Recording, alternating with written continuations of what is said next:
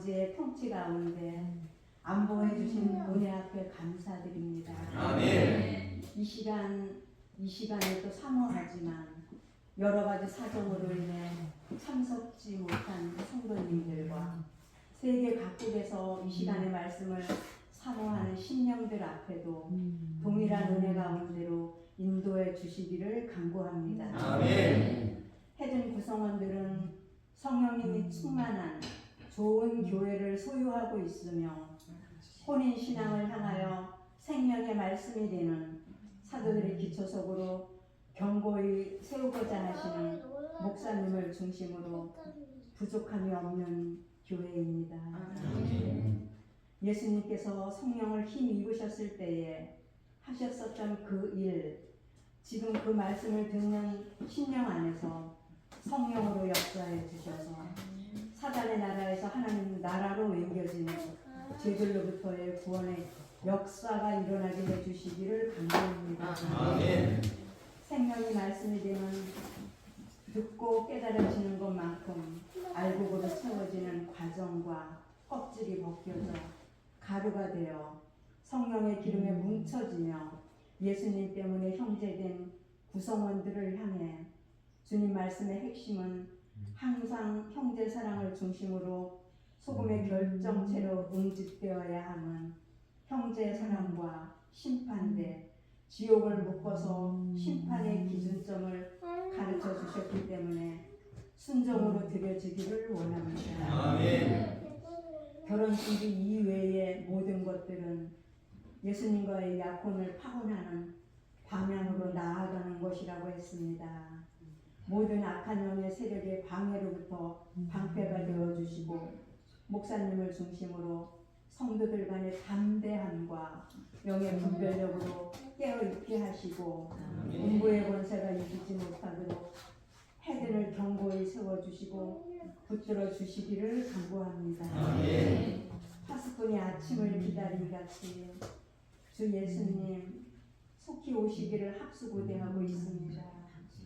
이 세상에는 없는 평안의 주인으로 오신 예수님 이름 받들어 기도 올렸습니다. 아멘. 감사합니다. 우리 하나님께 영광을 드립니다.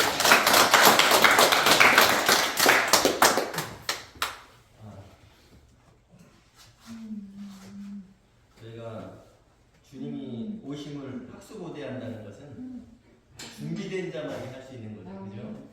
주님이 왜 오시는지, 어떻게 오시는지, 무엇하러 오시는지 모르는 사람은 학수고대할 수가 없어요. 그냥 기다릴 뿐이지. 그래서 예수님께서 성령을 힘입어 귀신을 쫓아내는 것이면 이미 하나님의 통치가 너에게 임하였느니라. 근데 이제 천년왕국에 대해서, 천국에 대해서 제가 설교를 하다 보니까 어느 분들이 그래요. 예수님도 모르는 천년왕국을 인자의 임함이 어떤 때인지 자기는 모른다고 성경에 기록되어 있는데, 근데 그 성경이 기록될 당시에는 예수님께서 말씀하실 때는 예수님은 인자의 모습이셨어요. 사람이기 때문에 철저하게 하나님의 자리를 내려놓고 오신 분이기 때문에 나는 몰라. 근데 아버지만 아셔. 라고 얘기하신 거지만 지금 하나님의 자리로 복귀하신 예수님께서 모르실까요? 네. 그래서 세상이 환난 날에 그 7년 환난 전에 예수님께서 말씀하시는데 환난이 있은 후에야 내가 오리라. 그때서 예수님께서 오신다는 거예요. 저희가 지금 예배당을 건축함에 있어서 하나하나 공사해 나가는 과정 속에서 성도들은 이것이 빨리 완공됐으면 좋겠다 라고 생각하지만 이것을 방해하는 요인들이 분명히 있죠. 여러분들이 성도들이 그 방해를 다 엉뚱 뒤집어 쓰고 있는 거예요. 여러분들이 지금 헤든교회가 세워져감에 있어서 여러분들이 교회로 성전으로 세워져감에 있어서 방해하는 요인은 분명히 여러분들을 지금 붙잡고 늘어뜨리고 아프게 하고 힘들게 합니다. 근데 그런 것은 우리를 잡을 수가 없다라는 그 믿음 안에 고난주의 영광이 있다는 것은 예수님께서 그 고난을 참으사 십자가의 부끄러움을 개의치 않고 십자가를 참으사 하나님 바로 그 자리에 앉으셨던 것처럼 우리가 지금 이 세상을 살아가면서 이 세상 속에 살아가면서 세상에서 여러 가지 방해, 환난, 고난이 있을지라도 그것을 참아내는 이유는 그 뒤에 있는 기쁨을 알기 때문에 그런 거잖아요. 아멘? 예. 어제 제가 그 신지삼리 경로당에서 어르신들을 27분을 저 포함해서 27분이 같이 앙성에 있는 그 충북 감곡에 있는 앙성 탄산온천을 다녀봤어요. 그 미리 전부터 이장님께서 해등교회 차로 한번 갔으면 좋겠다. 그래서 이제 제가 날짜가 정해지고 해서 이제 같이 다녀왔습니다. 그래서 어르신들하고 그냥 이렇게 길에서 보면 인사하는 그런 차원이었었는데 어제 이제 어떻게 했어요? 목욕탕 들어가려면 옷 입고 들어가나요? 다 벗고 들어가죠. 그러다 보니까 어르신들하고 여성분들 따로 갔지만 남자분들하고 같이 이제 들어갔어요. 같이 들어가서 제가 등도 막 밀어드렸어요. 그랬더니 목사님 감사하다고 막 이러는데 그분들의 그 대부분의 분들의 몸에 흔적이 있더라. 흔적. 그동안에 70평생, 80평생 살아오면서 어떤 분은 여기 수술을 하신 분이 있고 어떤 분은 여기도 수술하신 분이 있고 뭐 여기도 깨맨 자국 있고 수술하신 분, 무릎 뭐 여기 이런데 사타구니 이런데 수술하신 분이 있더라고요. 그래서 인생을 살아오면서 7, 80평생 살아오면서 저렇게 그렇지만 그것이 다 아물었잖아요. 지금 현재는 아팠던 부분이 있으니까 째서 그걸 떼내고 그 치료를 받은 거잖아요. 그분들이 다 흔적이 있듯이 제가 그 흔적을 보면서 우리들에게는 사도 바울처럼 사도 바울이 갈라디아서 6장 17절에 뭐냐면 내가 내 몸에 예수의 흔적을 가지고 있노라 이렇게 말씀을 했어요. 그래서 그것을 보면서 우리 또한 우리는 지금 어떠한 흔적을 가지고 살아가야 될까? 우리의 마지막 이때에 이 어두운 이때에 우리가 어떠한 흔적을 지니고 있는가? 여러분들이 이번 주 한 주간 잘 묵상하는 그런 시간이 됐으면 좋겠습니다. 그래서 우리는 지금까지 살아온 것은 지난 일이에요. 우리는 앞으로 살아갈 날이 중요한 거예요. 그리고 영의 몸으로 일으켜질 그때를 준비하는 것이 지금의 삶이라는 것이 세상에서는 미련하게 보고 세상에서는 바보같이 볼지라도 그것이 지혜자의 삶이라는 것을 우리가 꼭 기억해야 됩니다. 이렇게 얘기하면 많은 분들이 그래요. 참 이상하다. 우리 이거 사도신경 이거 하나만 가지고도 이거 보고서 지금 교회 안 나오시는 분 있잖아요. 가까운 곳에 있으니까 예배당을 한번 예배 드려봐야지. 목사님 다 좋았어요. 예배도 좋고 말씀도 좋고 다 좋았어요. 근데 사도신경이 자기는 마음에 안 든다는 거예요. 근데 우리의 삶은 이 성경에 맞춰져야 되는데 성경의 번역본에 너무 치중하시면 안 된다는 거예요.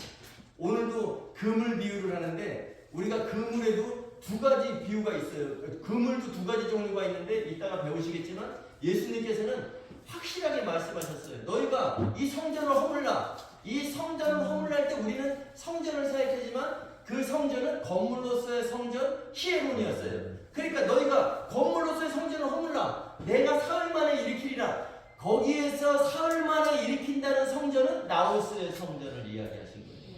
그러니까 예수님께서는 여러 사람들이 그때 당시에 배우지 못한 사람들에게 가장 쉬운 단어, 그 다음에 가장 쉬운 것을 통해서 비유를 통해서 말씀하셨는데 오늘날에는 이게 우리말로는 성전 그러니까 어떻게 그 성전인가. 근데 예수님께서 그것을 하신 다음에 뭐냐면 이는 자기 육체를 가리켜 말씀하시니라 말씀하셨어요. 그 너희가 이 성전을 허물라. 너희들이 나를 죽여봐. 서기관 바리새인들 너희들이 나를 죽여봐. 나는 사흘 만에 사망이 나를 삼켜봐. 나는 사흘 만에 다시 일으켜질 거야. 라고 말씀하시고 바로 부활하셨잖아요. 아멘. 우리의 삶은 항상 현재 진행형이어야 되는 거예요. 성경을 얼마만큼 아냐, 내가 성경을 많이 알고 있어 라고 해서 그것을 가지고 교만해지는 게 아니라 성경을 알면 알수록 그 뜻을 향해서 달려나가는 삶이 진정한 성도로서의 삶이라는 거죠. 아멘. 예. 이제 지난주 말씀을 한번 볼게요. 제가 오늘은 좀 천천히 말을 하려고 해요. 여러분들 잘 알아들으세요. 지난주에 감추인 보화. 그래서 지지난주에는 감추인 보화 보화의 그 말씀을 잘했어요. 감추인 보화부터 보면 성도들은 자기의 것을 팔면서 그 바로 교회를 사는 것이라고 그랬어요. 그래서 골로새서 1장 18절에 보면은 그는 그 몸인 그 교회의 머리시라. 예수님은 교회의 머리시래요. 그리고 그 계시록 1장 5절, 그 골로새서 1장 18절하고 계시록 1장 5절은 평행 구절입니다. 그래서 계시록 1장 5절에는 땅의 임금들의 머리가 되신 예수 그리스도. 땅은 뭐라 그랬죠? 교회. 임금은 바로 성도들을, 교회의 땅의 임금들, 교회 임금들은 바로 성도들을 이야기하는 거예요. 그러면 골로새서 1장 18절에는 그는 교회의 머리시라고 했고, 그 다음에 계시록 1장 5절에는 땅의 임금들의 머리가 되신 예수 그리스도. 평행구절이죠. 예수님은 교회의 머리가 되신다는 얘기예요. 그러면 예수님께서 교회의 머리예요. 그러면 성도들은 뭐예요? 각 교회들은 지체가 돼야 되는 거죠. 근데 우리가 머리가 있고 지체가 있습니다. 이것이 한 생각으로 통일되어질 때야 한 몸이 되는 거잖아요. 우리가 예수님은 교회의 머리시라는 것을 많이 알고 있어요. 근데 그럼 나는 뭘까? 우리는 뭘까를 생각해 봐야 되는 거예요. 그래서 우리가 예수님과 생각이 통일되어야 된다는 것은, 예수님은 교회의 머리, 우리들은 지체. 머리가 시키는 대로, 머리의 생각대로 우리가 움직여줘야 되잖아요. 머리에서는 좌측으로 가, 그런데 내 발은 우측으로 갈 수 있어요?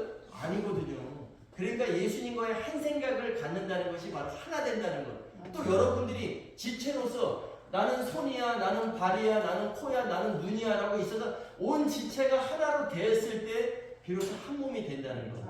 그래서 우리가 성도들이 한 몸이 된다는 것은 실질적으로 영적인 비유예요. 그래서 여러분들이 한 생각, 예수 그리스도에 대한 생각을 가지고 한 생각, 한 방향으로 나아갈 때 우리가 다시 영의 몸으로, 우리의 육신이 끝나고 영의 몸으로 일으켜질 때 그 영의 몸에서 한 생각을 갖는다는 거예요. 우리가 지금 이해 가시죠? 영적인 것을 생각할 때 하나가 된다는 거예요. 우리 지금 아무것도 여기 없어요. 근데 우리 지금 여기서 지지난주에 먹은 떡볶이 생각해보세요. 떡볶이 여러분들 머릿속에 생각해보세요. 그 다음에 떡볶이가 여기 앞에 있어. 그럼 우리가 다 먹고 있어. 그럼 그 맛을 지금 다 알죠.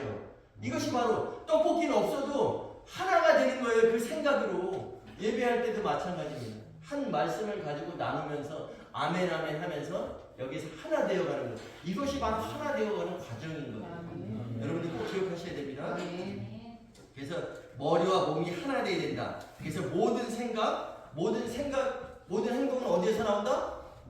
머리에서 나오기 때문에. 예. 그래서 예수님의 생각을 알아가는 것이 바로 예배를 드리는 거예요. 머리의 생각을 알아가기 때문에 알아가려고 하는 것이 예배이고, 예배의 삶은 그분과 한 몸 되기 위한 성도들이 마땅히 해야 할 본분이다. 아멘. 언제까지? 현재 진행형으로 주님 오실 때까지, 내 삶 다하는 그날까지. 그래서 마태복음 13장 45절에 또 천국은 마치 좋은 진주들을 구하는 장사와 같으니, 여기서 지난주에 배운 내용인데 좋은 진주들을 구하는 장사가 누구였어요? 예수님이었어요. 그래서 46절 한번 읽어볼까요? 46절 13장 46절 시작. 극히 값진 진주 하나를 발견하매 가서 자기의 소유를 다 팔아 그 진주를 사느니라. 지난주에 제가 말씀드렸죠. 극히 값진 진주, 교회를 하나 발견하매 가서 자기의 소유를 다 팔았고, 여긴 다 팔아. 성도들은 팔면서 사는 거라 그랬죠. 근데 주님은 극히 값진 진주 하나를 발견하매 자기의 소유를 다 팔았고 그 진주를 샀느니라. 아멘. 과거형인 거예요. 과거형. 예수님께서는 극히 값진 진주 신부들을 위해서, 여러분들을 위해서 자기 소유를 다 팔았어요. 자기의 모든 피를 다 쏟아냈어요. 그래서 다 팔았고 그 진주를 샀느니라. 아멘. 이미 끝난 상태를 말씀하시는 거예요. 예수님께서 교회를 사시기 위해서 자기의 소유를 이미 다 파신 것입니다. 우리가 귀에 딱지가 않도록 들은 내용, 사도행전 20장 28절, 그 하나님이 자기의 피로 교회를 사셨느니라. 사도행전 20장 28절은 귀에 딱지가 않도록 들었잖아요. 그죠? 근데 그 사도행전 20장 28절과 비슷한 내용, 마태복음 20장 28절을 여러분들이 기억하셔야 돼요. 마태복음 20장 28절 한번 찾아서 읽어보겠습니다. 마태복음 20장 28절. 여기에서 예수님께서 오신 목적이 나와요. 34페이지 시작. 인자가 온 것은 섬김을 받으려 함이 아니라 도리어 섬기려 하고 자기 목숨을 많은 사람의 대속물로 주려 합니다. 사람의 몸을 입고 오신 것은 섬김을 받으려 함이 아니다. 도리어 섬기려 하고 자기 목숨을 많은 사람의 대속물로 주려 함이라. 이 대속물이라는 것은 헬라어로 위트론입니다. 위트론. 대속물이 뭐냐면 풀어주는 값을 이야기하는 거예요. 풀어주는 값.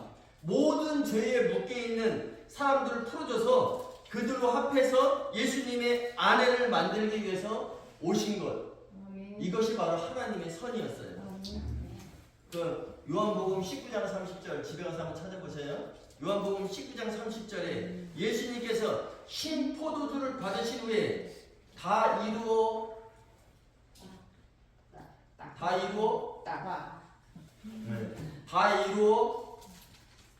아니라 다 이루었다가 아니라 다 이루어졌도다. 예, 왜냐면 예수님께서 하신 것이 아니에요. 하나님께서 하신 일입니다. 수동형인 거예요. 그래서 예수께서 십자가에서 마지막에 돌아가시기 전에 신 포도주를 받으신 후에 다 이루었다. 여기 번역본에는 그렇게 돼 있어요. 근데 다 이루었다가 아니라 다 이루어졌도다. 인자가 오신 것은 섬김을 받으러 온 것이 아니라 도리어 섬기려 하고 많은 사람의 대속물로 주려 왔으니까 그것이 다 이루어졌도다라고 하신 거예요. 아멘. 그래서 모든 죄에 묶여있는 사람들을 풀어줘서 그들로 합해서 예수님께서 신부를 사시기 위해서 오셨다. 그리고 그 신포도주를 받으신 후에 다 이루어졌도다 하실 때 그것이 바로 6월절의 완성이었던 거예요. 그래서 하나님 상태에서는 죽으실 수가 없었어요. 그렇기 때문에 예수님께서 사람의 몸을 입고 오신 거예요. 인자의 몸을, 육신으로 오셨고 다 이루신 것도 예수님께서 이루신 것이 아니라 하나님 아버지께서 하신 일. 그래서 베드로전서 3장 18절에 육체로는 죽임을 당하시고 영으로는 살리심을 얻으셨으니 여기는 번역이 잘 돼 있어요. 베드로전서 3장 18절에 육체로는 죽으심을 당하시고 죽이심을 당하시고 영으로는 살리심을 얻으셨다. 이것도 수동형이에요. 내가 죽고 내가 살아난 것이 아니라 철저하게 하나님 아버지께서 하신 일이라는 것을 여기서 잘 표현하고 있습니다. 그래서 그 대속물로 오신 이유가 대속물 바로 풀어주는 값이라고 했잖아요. 밑으로 이것은 바로 피값으로 교회를 사셨잖아요. 그래서 사도행전 20장 28절에 그 하나님 신약의 하나님은 때오스의 하나님 성부 하나님 성자 하나님 성령 하나님이 따로 활동하신다. 그래서 그 하나님이 자기의 피로 사신 교회 바로 예수 그리스도를 얘기하는 거죠. 성자 하나님. 그래서 교회를 사시려고 그는 대속물로 이 땅에 인자의 몸을 입고 오신 겁니다. 그래서 다 이루어졌도다. 예수님께서 요한복음 19장 30절에 다 이루어졌도다 이 말씀 속에는 예수님이 어떤 생각이 들어있을까요? 우리 한번 생각해 봐야 됩니다. 예수님께서 다 이루어졌도다 하셨을 때는 예수님의 말씀 속에는 내가 이제 피를 흘렸으니 내가 교회 신부를 샀으니 이 피를 힘입은 성도들이 나와 혼인하기 위해서 하나가 되겠지 라는 그런 의도가 거기에 있다. 아멘? 아멘. 그래서 예수님께서는 극히 값진 진주 바로 자기의 소유를 다 팔아서 그 진주를 사신 것입니다.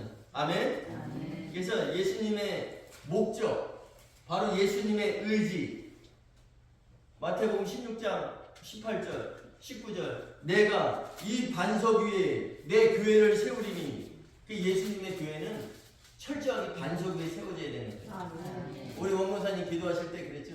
해등교회가 사도들의 터 위에 세워짐을 입은 교회가 되어야 된다. 그렇기를 소망한다. 바로 철저하게 예수님의 목적이 예수님의 의지가 나는 이 반석 위에 내 교회를 세우리니 그래서 이 반석은 바로 사도들의 터를 얘기하는 거예요. 그래서 에베소서 2장 20절 너희는 교회는 성도들은 바로 사도들 곧 선지자들의 터 위에 세우심을 입은 자라.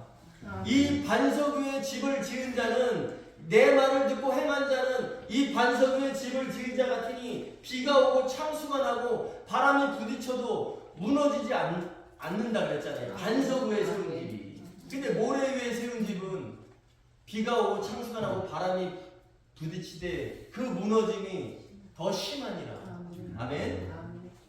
반석 위에 세워진 교회, 그리고 반석 위에 세워지지 않은 교회, 또 준비된 자들, 준비되지 못한 자들이 어떻게 되는지 오늘 마태복음 13장 47절 말씀 보시겠습니다. 7번째 비유, 그물 비유를 통해서 예수님께서 말씀하신 천국, 천국에서 어떤 삶을 살아야 되는지 오늘 말씀 보시겠습니다. 47절 시작. 또 천국은 마치 바다에 치고 각종 물고기를 모으는 그물과 같으니. 예, 여기서도 또 천국이에요, 그죠? 그럼 오늘 이 천국 비유, 그물 비유는 7번째 비유예요. 마태복음 13장에만 천국 비유가 7가지가 나와요. 그래서 천국은 마치 바다에 던져져, 여기 치고라고 되어 있는데 원어는 바다에 던져져 각종 물고기를 모는 그물과 같으니 이렇게 되어 있습니다. 그래서 그물에는 크게 2가지 종류가 있어요. 그 성경에서 나오는 그물의 종류가, 오늘은 던져져 물고기를 잡는 것. 근데 천국은 마치 바다에 던져져 각종 물고기를 잡는 그물과 같대요. 여기에 그물은 오늘의 말씀하시는 이 그물은 원어에는 사게네라고 되어 있습니다. 사게네. 이것은 뭐냐면 땅 속까지 깊이 들어가서 땅 바닥까지 그는 일명 땅끄리 그물을 얘기하는 거예요. 근데 요한복음 21장 6절에 보면은 예수님께서 말씀하셔요. 그물을 배 오른편에 던져라. 그리하면 잡으리라. 던졌더니 물고기가 많아 그물을 들 수 없더라. 이 그물은 딕티온 해가지고 일반적으로 우리가 물고기 잡는 그물을 얘기해요. 근데 예수님께서 아까 제가 예배 전에도 예배하면서 초입 부분에 말씀드렸어요. 너희가 이 성전을 헐라. 근데 그 성전을 헐라. 너희가 이 히에론의 성전을 헐라. 건물로서의 성전을 헐라. 내가 사흘 만에 일으키리라. 내가 나오스의 성전, 내 육체가 다시 살아나리라, 부활하리라 말씀하셨던 것처럼 여기서 똑같아요. 예수님께서 이 그물을 얘기하실 때는 그건 사겐의 그물을 가지고 얘기하신 거예요. 땅끌이 그물. 그러니까 물 위에 있는 고기부터 땅 밑에 바닥에 있는 그 고기까지 싸그리 잡아서 모은다.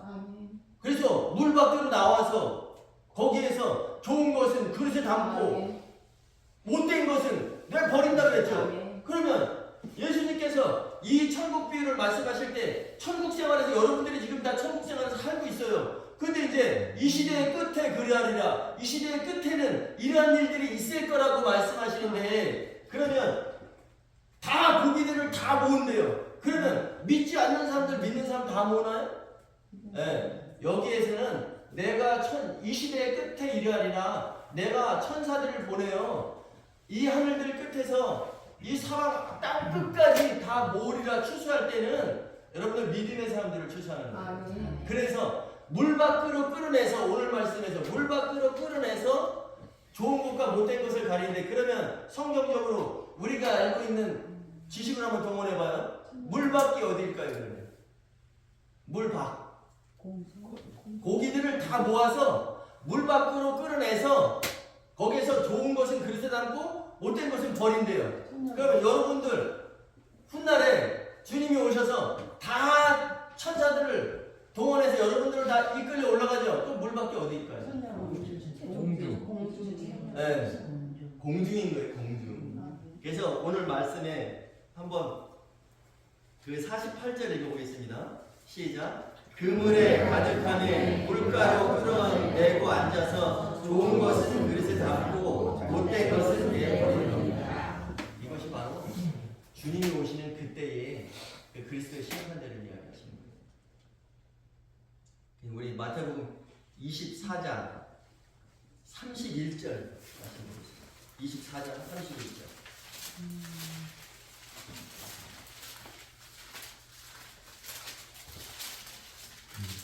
마태복음 24장 31절. 다같이 시작. 그가 큰 나팔 소리와 함께 천사들을 보내리니 그들이 그의 택하신 자들을 하늘 이 끝에서 저 끝까지 사방에서 모으리라. 아멘. 이것이 바로 오늘의 그 마태복음 13장의 그물에서 물고기를 잡아서 물 밖으로 끌어나와서 갈라내는 내용과 똑같은 거예요. 그가 그가 누굴까요? 그럼 그가 예수님이 큰 나팔 소리와 함께 이건 몇 번째 나팔일까요? 네, 7번째 나팔. 나팔자를 얘기하시는 거예요. 큰 나팔 소리와 함께 그의 그 천사들을 보내니 예수님께서 천사들을 보내는 거예요. 왜? 추수하기 위해서 보내리니 그들이 그의 택하신 자들을 여기에 분명히 나오잖아요. 택하신 자들을 다 이 세상 사람 전부를 모으는 게 아니라 택하신 자들 하늘들 이 끝에서 하늘들 저 끝까지 사방에서 모으리라. 이 말씀이 오늘 저인만 그물 땅끝이 그물을 가지고 그 물속에 그물을 던져서 그냥 전부 다 잡아 올려서 공중으로 끌어올라가서 그 물고기는 다 잡아서 물 밖으로 나와서 좋은 것은 그릇에 담고 좋지 못한 것은 못된 것은 내버리잖아요. 그 내용과 이 내용을 잘 어제 제가 그래서 보내드렸잖아요. 이거 한번 묵상해 보시라고. 어제 제가 밤늦게 보냈는데 원래 금요일날 밤에 다 작성을 해놓은 거예요. 그래서 우리 성도들한테 제가 내일 보내서 이것을 또 한번 묵상해보게 해야지 그랬는데 엄한 분들한테 다 보내고 제가 우리 단체 카톡방에다가 그걸 안 올린 거예요. 그래서 어제 밤에 제가 올렸는데 이 부분을 가지고 많은 분들이 답이 왔었어요. 그래서 참 이건 좋은 거다. 하루에 한 절씩이라도 말씀을 이렇게 해서 올리는 건 참 좋은 것 같다 이런 생각을 해서 제가 가능한 한 빠지지 않고 올리도록 하겠습니다. 그래서 그 하늘들 이 끝에서 그가 예수님께서 큰 나팔 소리 재림 나팔절에 그 택하신 백성들을 하늘들 이 끝에서 하늘들 저 끝까지 사방에서 모으리라. 바로 땅끝이 그물로 모으는 것처럼. 그러면 왜 모을까요? 왜? 갈라내기 위해서 우리 13장 48절 그물에 가득함에 물가로 내고 앉아서 좋은 것은 그릇에 담고 못된 것은 내버리느니라. 이게 가르기 위해서. 그러면 우리 마태복음 3장 12절에 알곡은 뭐와 어디에 들어간다 그랬죠? 곳간에 들이고 쭉정이는 꺼지지 않는 불에 태우시리라 말씀하셨어요. 또 마태복음 25장 32절 33절에 주님께서 오셔서 새끼 염소들 중에 장성한 양을 찾는 거예요. 원래 예수님께서는 이 땅에 그 밭에 좋은 씨를 뿌리셨어요. 그러면 좋은 씨가 다 열매를 맺었다면 장성한 양 중에서 새끼 염소를 갈라내야 돼요. 그죠? 그런데 좋은 씨를 뿌렸는데 밤에 원수가 와서 강아지를 더 뿌리고 갔네. 그러니까 더 뿌렸다는 것은 사이사이에 심었다는 게 아니라 씨가 싹이 나고 잎이 패고 꽃이 필라는데 거기에 더 뿌려진 거예요. 그러니까 여러분들 생각해 보세요. 나는 예수 믿는다라고 하는데 예수 믿고 있는데 갑자기 뭔가가 훅 들어와서 그럼 여러분들이 예수를 안 믿는다고 하는 게 아니라 뭔가에 씌워진 거예요. 그렇기 때문에 여러분들이 믿음 생활을 바로 할 수 없는 거예요. 그래서 그걸 더 뿌렸다는 걸 얘기하는 거지. 그러니까 제가 그랬잖아요. 흔들어서 떨쳐내야 된다. 우리가 살아있는 사람은 흔들어야 되기 때문에 예수님의 말씀에 근거로 해서 내 속에 있는 것을 잘 받아들이고 옳은 말씀, 진리의 말씀을 받아들여서 그것을 떨어낼 줄 알아야 돼. 그게 영적인 분별력인 거죠. 그래서 장성한 양 중에 새끼 염소를 골라내는 게 아니라 마지막 때 인자가 올 때 성도들의 거주지에서 몇이나 발견하겠느냐 믿음을. 이것은 예수님께서는 좋은 씨를 뿌렸는데 장성한 양들이 다 되길 원하는데 다 새끼 염소들이에요. 그 새끼 염소들 중에서 장성한 양을 구분하는 것 같이 그것이 바로 좋은 것은 그릇에 담고 못된 것은 내버리느냐. 또 마태복음 25장 46절에 의인들은 영생에 영생이라는 것은 한 시대의 삶이라고 했죠. 우리가 영원토록 사는 게 아니라 한 시대의 삶. 그러니까 의인들은 영생에 바로 예수님과 함께하는 천년왕국에 그 다음에 새끼 염소들은 그 악한 자들은 영벌에 천년왕국에 들어가지 못하고 공중에 물 밖으로 올라가서 물 밖으로 끌어내서 구분할 때 그 좋은 그릇에 담겨지는 것이 아니라 좋은 것이 되어서 그릇에 담겨지는 것이 아니라 못된 것을 밖에 내버리는데 밖에 내버리니까 그 사람들은 어떻게 되냐. 49절 시작. 세상 끝에도 이러하리라. 그 천사들이 와서 의인 중에서 악인을 갈라내어 풀무불에 던져 넣으리니 거기서 울며 이를 가리라. 이렇게 던져지는 사람들 못된 것들은 그때 가서 거기서 울며 이를 간다. 근데 여기 세상 끝에도 이러하리라. 세상이 아니라 이건 뭐예요? 이 시대의 끝. 이 시대의 끝. 하나님께서 통치하시는 이 시대의 끝에도 그리하리라. 그가 큰 나팔 소리로 와서 천사들과 함께 추수하러 온다 그랬죠. 그러니까 이 시대의 끝. 하나님 아버지가 통치하시는 시대가 끝나면 바로 아들의 나라, 그리스도의 나라가 된다 그랬죠. 그러면 이 시대에서 하나님 아버지가 통치하시는 목적을 가만히 생각해보면 이 시대가 끝나면 아들의 나라, 그리스도의 나라가 된다네. 그리스도의 나라가 된다네. 그러면 이 시대에는 과연 뭐 하는 것일까? 하나님의 통치가 무엇일까? 그것은 예수 그리스도가 신랑으로 오실 때 신부들을 마련하는 것이구나. 이것이 하나님의 통치의 목적이구나. 이런 구절구절 하나를 보면서 생각해낼 줄 알아요. 그래서 이 시대의 끝에도 그러하다. 그러니까 의인들은 영생에, 그 다음에 새끼 염소들은 영벌에, 천년왕국에 들어가지 못하고 금식한다, 죽어 있는다라는 그런 말씀 이해되세요? 네. 그래서 천국 생활하는 사람들, 바로 교회 생활하는 사람들을 다 모으시는 거예요. 모아서 물 밖으로, 공중으로 가서 거기에서 좋은 것과 못된 것을 구분하신다. 그래서 이 시대의 끝에도 이러하리라. 이 시대에는 하나님 아버지께서 통치하시는 시대가 끝나는 그 끝에도 이러하리라. 저희만 그물로 샅샅이 모아서 그의 의인들 중에서 악인들을 갈라내고, 또 그들은 그 악인들을 그 풀무에 지옥에 던져 넣으리니 그들이 거기서 울며 이를 갈리라. 우리가 이 때를 모른다면 지금 편안하게 살 수 있어요. 근데 우리는 이 때를 이미 봤어요. 성경을 통해서, 예배를 통해서 하나님께서, 예수님께서 그때 당시에 미리 하신 말씀을 통해서 우리가 이 시대를 볼 줄 알아야 됩니다. 또 우리가 이것을 알기 때문에 여러분들 환난 속에서도 인내할 수 있는 거예요. 인내가 뭐냐면, 제가 지난주에도 말씀드렸어요. 뭔가 찍어 누르려고 하는데 거기서 버텨내는, 인내가 원어의 뜻이 뭐냐면 휘포오네입니다. 휘포오네. 이게 헬라어의 그 성경에 나오는 인내예요. 성경적인 인내. 그 휘포, 아래로. 그 다음에 모네라는 것은 거기서 지내는 거예요. 지탱하고 견디고 있는 것이에요. 그러면 억누르는 가운데에서 견디는 것이 인내입니다. 근데 인내는 내부적인 요인이 아니에요. 외부적인 환경에서 오는 고난이에요. 그래서 예수님께서 말씀하셨잖아요. 그때에 큰 환난이 있겠습니다. 우리는 환난이 있을수록 주님이 오실 날이 가까워진다는 것을 알면 인내할 수 있어요, 없어요?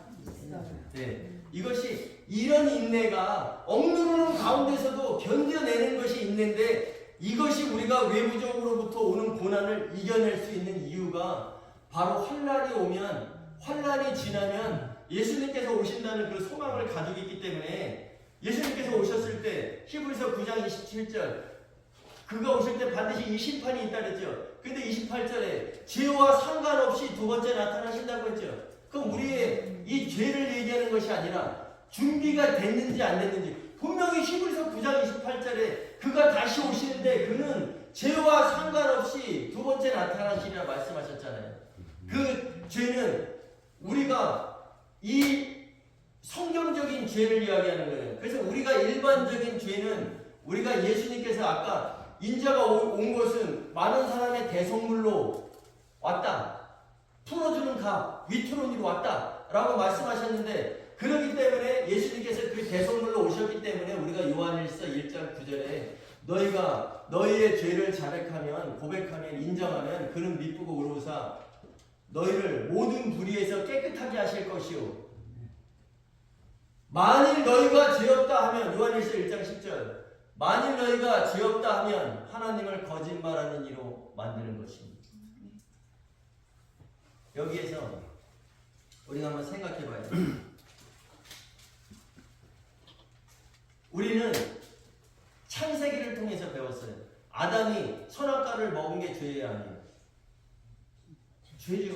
네. 하나님께서 너는 동산 중앙에 있는 나무의 실과를 먹지 말라. 그것을 먹는 날엔 반드시 죽으리라. 근데 분명히 그럼 아담은 죄를 졌어요. 근데 아담은 죄를 지을 수밖에 없는 상황이었어요. 왜냐하면 창세기 2장 7절에 여호와 하나님이 에덴 동산에 있는 황무한 흙의 그 티끌로 아담을 지으시고, 그죠? 그에게 생명의 영을 불어넣으시니 그가 산원이 되니라. 그래서 아담은 에노스라는 말에서 온 거예요. 에노스라는 말에서 온 연약한 존재, 흙의 티끌로 만들어졌기 때문에. 근데 원래 창세기부터 배경이 돼 있어요. 아담이 분명히 하나님께서 여호와 하나님이 너는 선악을 알게 하는 나무의 열매를 먹지 말라 했는데 아담이 먹었죠. 왜? 돕는 배필인 그 여자가 먼저 먹었으므로 분명히 남자가 부모를 떠나 한 여자와 한 몸이 되게 하고야 말리라는 그 하나님의 강력 의지를 아담은 기억하고 있었기 때문에 나에게 돕는 배필로 준 이 여자가 이걸 먼저 먹었네. 그러니까 이걸 나에게 주네. 그러면 내가 이것을 먹지 않는 날에는 이 여자와 함께 할 수가 없네. 이 여자는 이미 먹었기 때문에 죽네. 그렇기 때문에 내가 이걸 먹은 거예요. 그러니까 아담이 죽었어요, 안 죽었어요? 육신적으로는 죽지 않았어요. 영으로 죽은 거예요, 영으로. 그렇기 때문에 함께하기 위해서 먹을 수밖에 없는 그 환경이 이미 창세기부터 조성이 돼 있었어요. 그럼 여러분들, 우리가 죄를 로마서 3장 23절에 여러분들 묵상해 보셨죠? 그저께 금요일날 제가 보내드렸죠? 모든 사람이 죄를 범할 수밖에 없음에, 여러분들 모든 사람이 죄를 범하였음에가 아니라 그것은 아담의 범하였음이라고 하는 것은 아담의 죄를 우리가 전가하는 거예요. 근데 성경에는 분명히 말씀하셔요. 모든 사람이 죄를 범할 수밖에 없음에. 이것은 부정과거형입니다.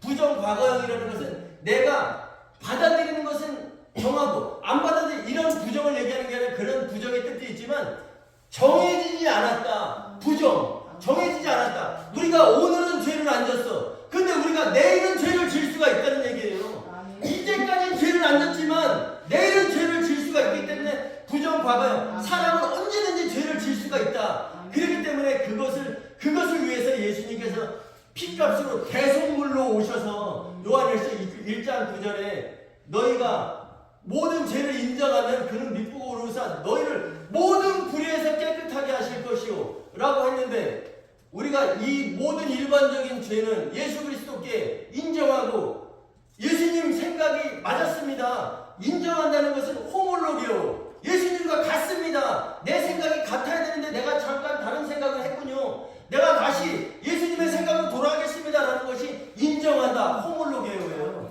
그런데 그러면 우리가 그 모든 죄를 사함을 받을 수가 있잖아요. 모든 불의에서 너희를 깨끗하게 하실 것이요. 죄를 용서받을 수 있는데 용서받지 못하는 죄가 하나 있어요.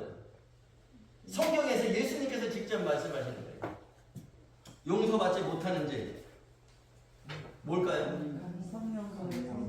네. 성령을 모독하면 너희가 말로 인자를 거역하면 용서받을 수 있는데 사하심을 어때? 너희가 성령을 누구든지 말로 성령을 거역하면 이 시대 지금 하나님께서 통치하시는 이 시대와 오는 시대 다시 오실 예수님이 오시는 그 시대에서도 결코 사하심을 얻지 못하니. 그러면 성령께서 보시는 죄가 뭔가를 우리가 알면 그 죄를 범하지 않겠죠. 모든 일반적인 죄는 예수님께 회개하면 다 깨끗하게 하신대요. 그런데 성령께서 성령을 거역하는 죄는 너희가 이 시대와 오는 시대에도 지금 살아있는 시대와 이렇게 결코 사하심을 얻지 못한대. 그럼 우리가 그 죄만은 범하면 안 되겠죠. 그렇기 때문에 그럼 성령께서 보시는 죄가 뭔가? 예수님께서 요한복음 16장에 말씀하셔요. 내가 가는 것이 너에게 유익해. 내가 가면 내 아버지께서 내 이름으로 너에게 성령을 보내실 거야. 그가 와서 죄에 대해서, 의에 대해서, 심판에 대해서 너희를 일깨워 주실 거야. 죄에 대하면 이것이 성령께서 보시는 죄를 얘기하는 거예요. 예수님께서 성령을 보내실 거야. 그가 와서, 성령이 와서 너희에게 죄에 대해서, 의에 대해서, 심판에 대해서 너희에게 알려주실 거야. 그러면서 죄에 대하면, 성령께서 보시는 죄에 대하면 그들이 나를 믿지 아니하니. 근데 성경은 믿음의 사람들에게 쓰여진 거라죠. 그러면 믿지 않는 사람들, 저 믿지 않는 사람들을 얘기하는 게 아니라 여러분들 잘 기억하셔야 돼요. 그들이 나를 향하여 믿지 아니하며. 거기에 에이스라는 전치사가 있다 그랬잖아요. 그래서 성령께서 보시는 죄는 그들이 나를 믿지 않는 게 아니라 너희가 나를 향해서 믿어야 돼. 나는 이미 6월절에 나는 십자가에서 내려왔어. 그리고 부활했어. 그리고 나는 지금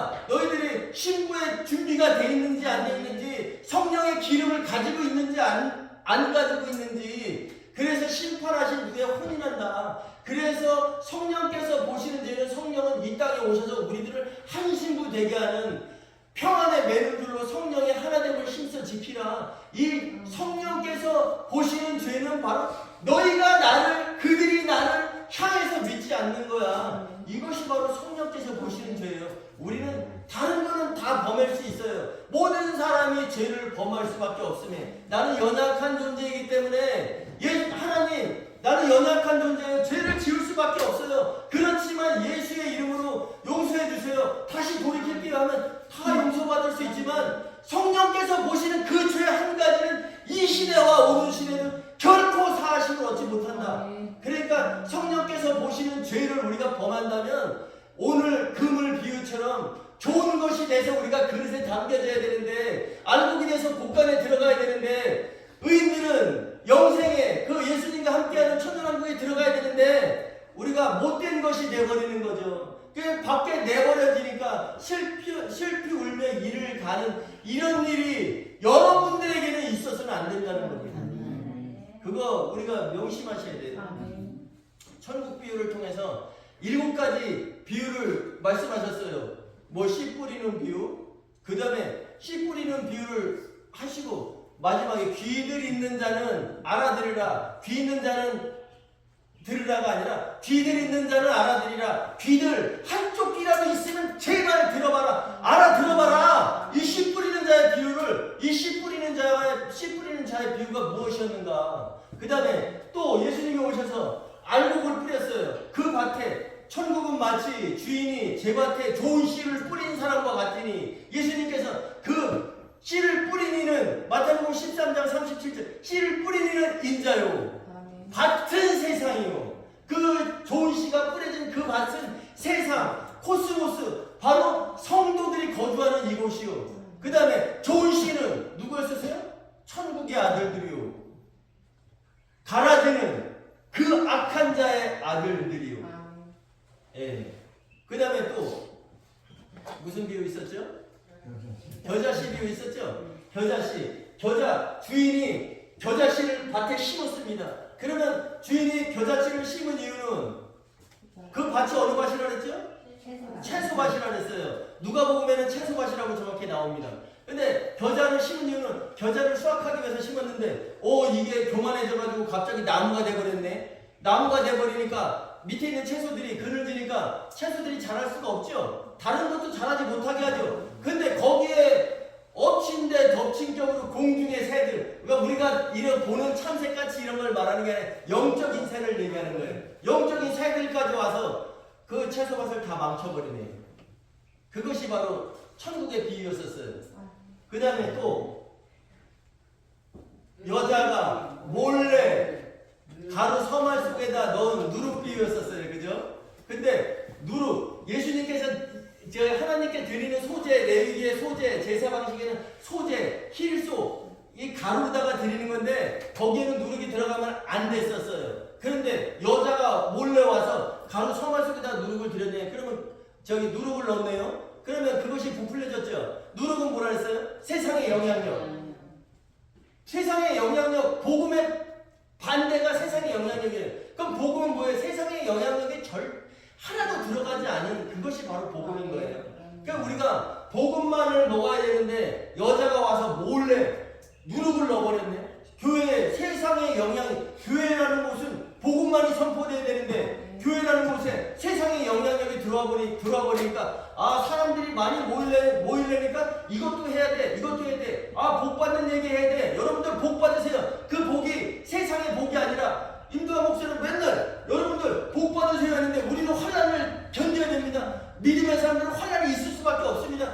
이것을 견뎌내고 받는 복이 바로 마카리오스의 복인데, 우리는 베라카의 복만 받으라 그러면 성도들이 좋아하잖아요. 베라카의 복을 위해서 달려가잖아요. 세상에서 잘 되는 것, 많이 갖는 것, 많이 소유하는 것, 좋은 거 먹는 것, 좋은 것 입는 것, 여기에만 있으니까 이것이 들어와 버리니까 사람들이 많이 모이려면 교회가 바뀌어야 되는 거예요. 세상적으로, 합리적으로. 아니 왜 한 사람이라도 더 올 수 있는, 누룩이 들어가지 않은 떡은 맛이 없잖아요.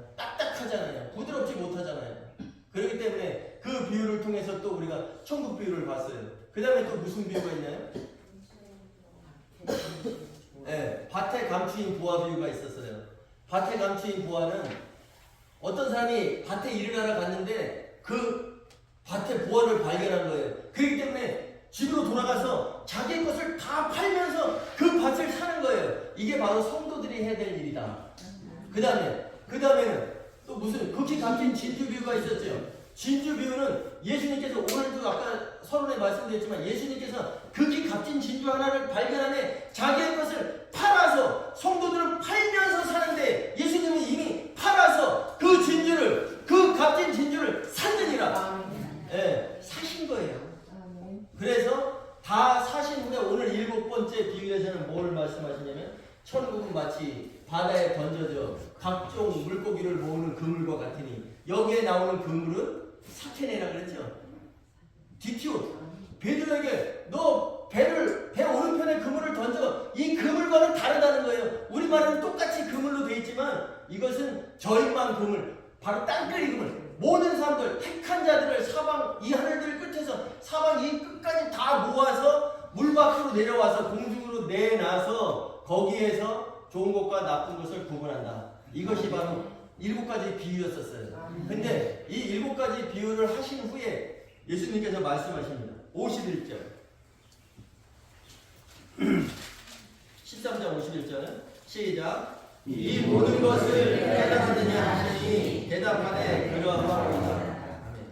여러분들 이 모든 것을 깨달으셨어요?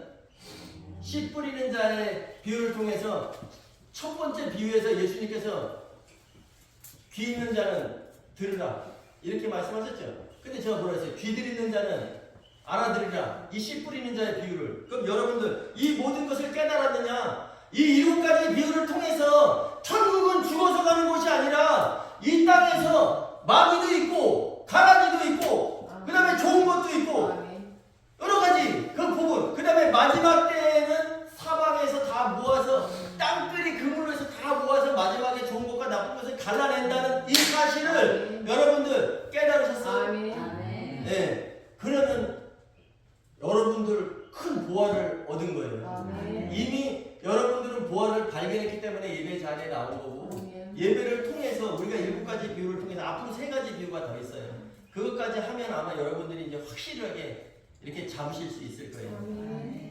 그래서 그 서두에 말씀드렸지만 인생을 살아가면서 70평생, 80평생 살아가면서 조심조심 한다고 어디가 찢어질 수 있고 나가 모르는 병이 올 수도 있고 그래서 수술을 할 수도 있고 여러 가지가 있어요.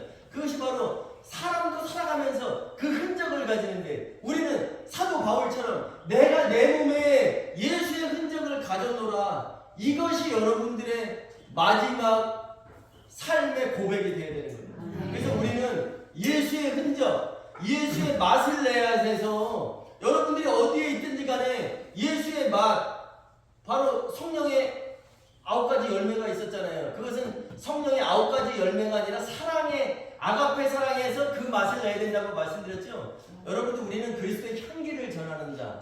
향기가 우리가 가만히 있어도 풀풀 나야 돼요. 그것이 바로 예수의 흔적을 가진 자요. 오늘도 예배를 통해서 여러분들 천국비유 7가지를 통해서 예수의 흔적이 여러분의 마음에 새겨졌나요? 여러분 몸에 예수의 흔적이 새겼습니까? 아멘. 그래서 우리가 주님 그 오시는 그날을 위해서 준비하는 여러분들, 또 제가 아까 말씀드렸지만 여러분들 우리가 지금 성전이 예배당이 만들어지고 나는 예배한다. 그렇기 때문에 우리에게 형통한 일만 있을 수 있다 없다? 없다. 우리에게 고난이 오는 것은 당연한 일이다. 이 고난조차도 우리가 여기에서 고난에서 넘어지는 것이 아니라 이 고난은 나를 절대 무너뜨릴 수 없다. 아멘. 이 마음의 확신을 가지고 또 한 주 동안 잘 살아내시기 바랍니다. 아멘.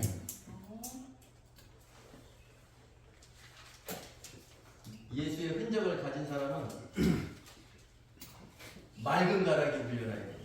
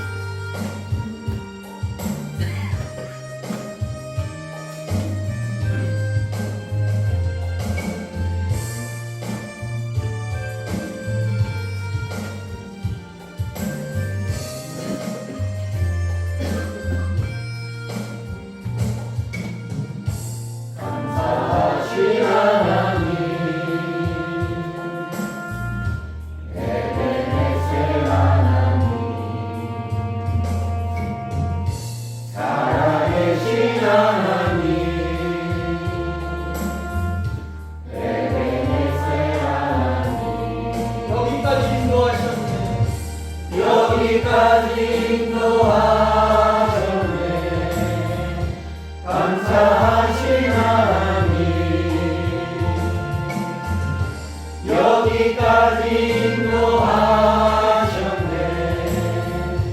살아계신 하나님, 감사하신 하나님, 에베네셀 하나님, 살아계신 하나님, 에베네셀 하나님, 감사하신 하나님, 에베네셀 하나님, 살아계신 하나님, 에베네셀 하나님, 장래에도 인도하시니 살아계신 하나님, 장래에도 인도하시니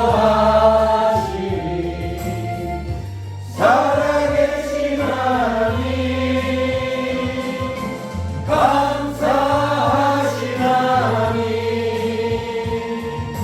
에베네셀 하나님, 살아계신 하나님, 에베네셀 하나님.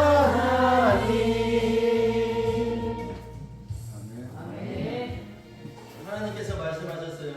나는 아브라함의 하나님, 이삭의 하나님, 야곱의 하나님이다. 하나님 안에서는 모든 자들이 살았느니라. 이 말씀은 반드시 부활시켜서 심판하신다는 뜻입니다. 여러분 꼭 기억하시기 바랍니다. 기도하시겠습니다. 하나님 아버지, 오늘도 예수 그리스도의 은혜 안에서 우리 모두를 불러 모아주셨고 천국 비유를 통해 앞으로 되어질 일들을 보고 준비케 하심을 감사드립니다.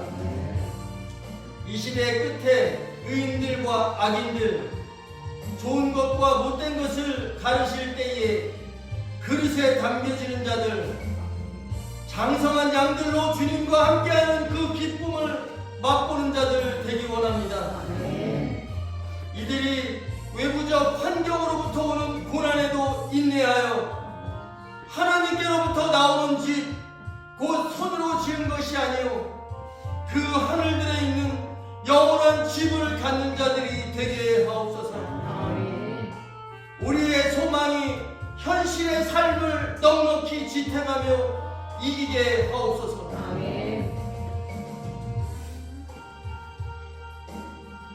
이제는 우리 주 예수 그리스도의 은혜와 하나님 아버지의 사랑하심과 성령님의 교통하심이